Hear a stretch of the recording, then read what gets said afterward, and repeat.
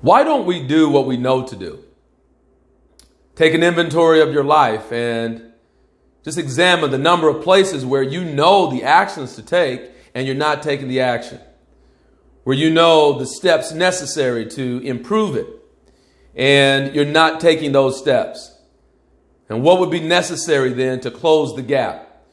You're probably a little bit like me in that I've questioned myself oftentimes, why don't I do what I know to do? If the popular slogan of just do it was enough, then a lot more would get done.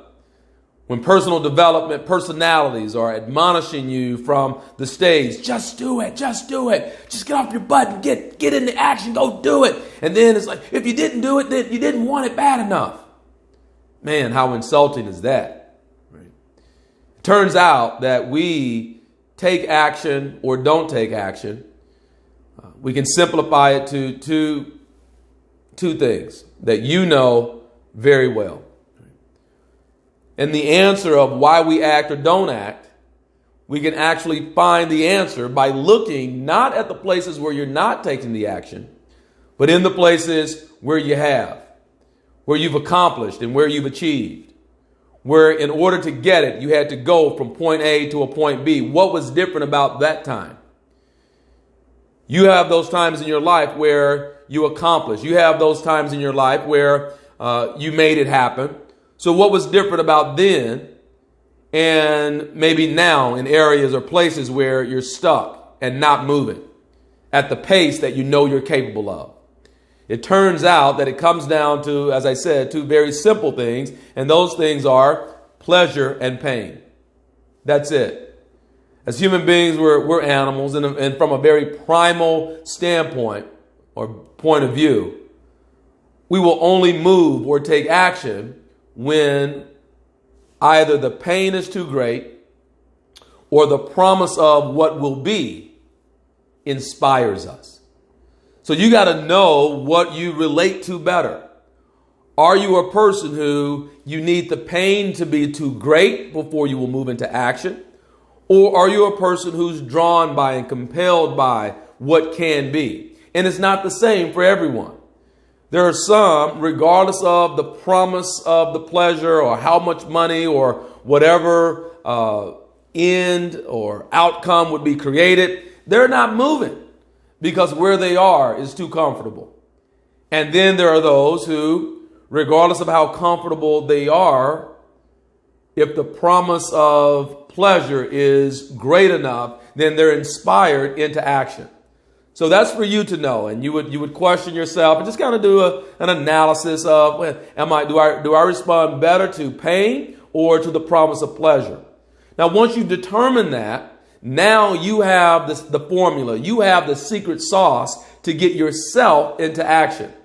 And so when you look at an area where you want to improve or where you want to do something different, if you're a person who associates better with the pain, then actually look at it and determine what it costs you to remain where you are.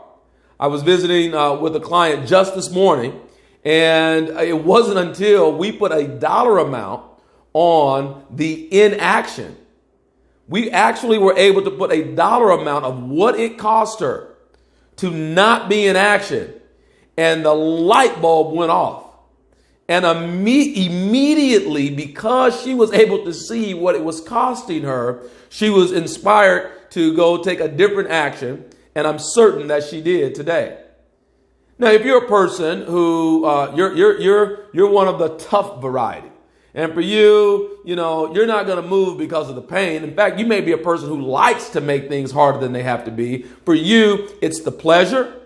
Then we would count the pros. We would count all of the different benefits, all of the different advantages that you would receive by taking the action. So you got to know whether or not you're a pain person or a pleasure person. And once you've determined that, you look at where you are and the actions that need to be taken or the fact that you're not taking an action, and you count the cost for that. What is it actually costing you?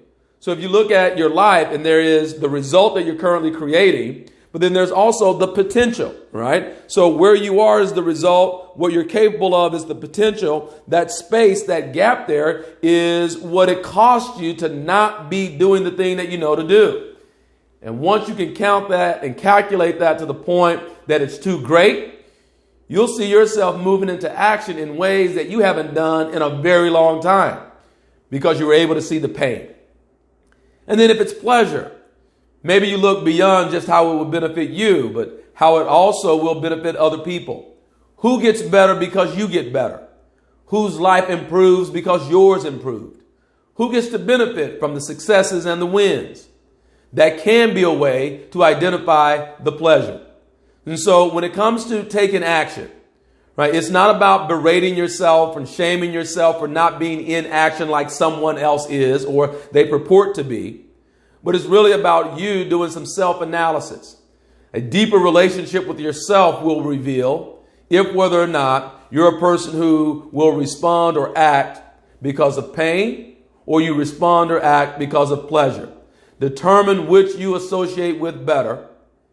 And then in that assessment, you'll recognize or you'll see yourself doing things differently that up till now have seemed maybe difficult or hard. Right. So hopefully that helps and answers the question for you of why you don't do what you know to do. It's not because you don't want it. It's not because you're not worthy or deserving.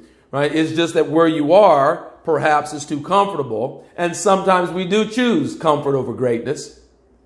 Or perhaps the promise of what's to be is not grand enough to put you into action. And so in that case, you expand your vision. By doing those things, you'll find yourself very soon doing the things that you know to do and closing the gap between where you are now and where you're capable of being. My hope is that helps.